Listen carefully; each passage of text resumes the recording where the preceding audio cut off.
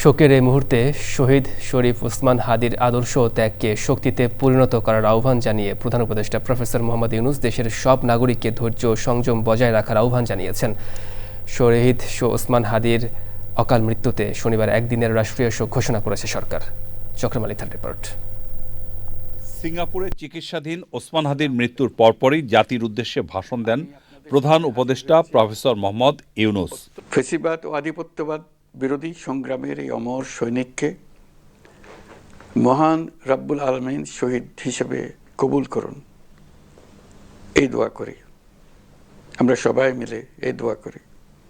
শরীফ ওসমান হাদির এই অকাল মৃত্যুতে আমি গভীর শোক ও দুঃখ প্রকাশ করছি। তার প্রয়াণ দেশের রাজনৈতিক ও গণতান্ত্রিক পরিসরে এক অপূরণীয় ক্ষতি। আমি তার রুহের মাগফিরাত কামনা করছি এবং শোক সন্তপ্ত স্ত্রী, পরিবারের সদস্যবৃন্দ, স্বজন ও সহকর্মীদের প্রতি গভীর সমবেদনা জানাচ্ছি। শহীদ ওসমান হাদির স্ত্রী ও একমাত্র সন্তানের দায়িত্ব সরকার গ্রহণ করবে। এ উপলক্ষে রাষ্ট্রের বিভিন্ন কর্মসূচি ঘোষণা করেন প্রধান উপদেষ্টা। শহীদ শরীফ ওসমান হাদির অকাল মৃত্যুতে আগামী শনিবার একদিনের রাষ্ট্রীয় শোক ঘোষণা করছি। এই উপলক্ষে শনিবার দেশের সব সরকারি, আধা সরকারি, স্বায়ত্তশাসিত প্রতিষ্ঠান, শিক্ষা প্রতিষ্ঠান সহ সরকারি বেসরকারি ভবন এবং বিদেশে বাংলাদেশ মিশনগুলোতে জাতীয় পতাকা অর্ধনমিত থাকবে।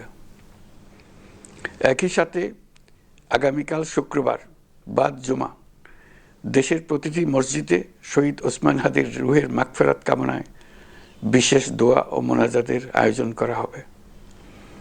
আপনারা তাতে শরীক হন। অন্যান্য ধর্মের উপাসনালয়গুলোতেও আয়োজন হবে বিশেষ প্রার্থনার। নৃশংস এই হত্যাকাণ্ডের দ্রুত সর্বোচ্চ শাস্তি নিশ্চিত করার কথা বলেন তিনি।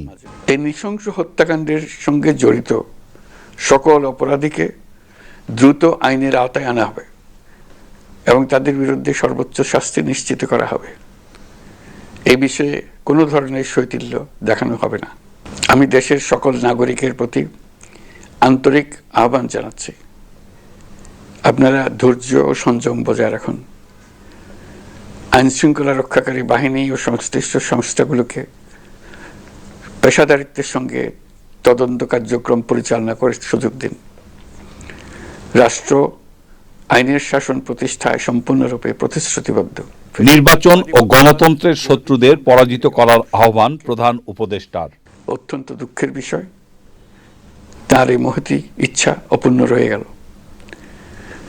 তার স্বপ্ন বাস্তবায়নের দায় আজ সমগ্র জাতির কাঁধে ন্যস্ত। আগামী দিনগুলোতে আমাদের সবাইকে ধৈর্য, সংযম, সাহস ও দূরদর্শিতার সঙ্গে এগিয়ে যেতে হবে, যাতে নির্বাচন ও গণতন্ত্রের শত্রু ফ্যাসিস্ট সন্ত্রাসী অপশক্তিকে চূড়ান্তভাবে পরাজিত করা যায়। যারা দেশকে অস্থিতিশীল করতে চান তাদের ফাঁদে পা না দিয়ে আসুন আমরা সবাই ঐক্যবদ্ধভাবে গণতন্ত্র, ন্যায় বিচার ও গণমানুষের অধিকার প্রতিষ্ঠার পথে অবিচল পদক্ষেপে এগিয়ে যাই। এটাই হবে শহীদ হাদির প্রতি আমাদের প্রকৃত শ্রদ্ধা। নতুন বাংলাদেশ বিনির্মাণে সবাইকে ঐক্যবদ্ধ থাকার আহ্বান জানান প্রধান উপদেষ্টা।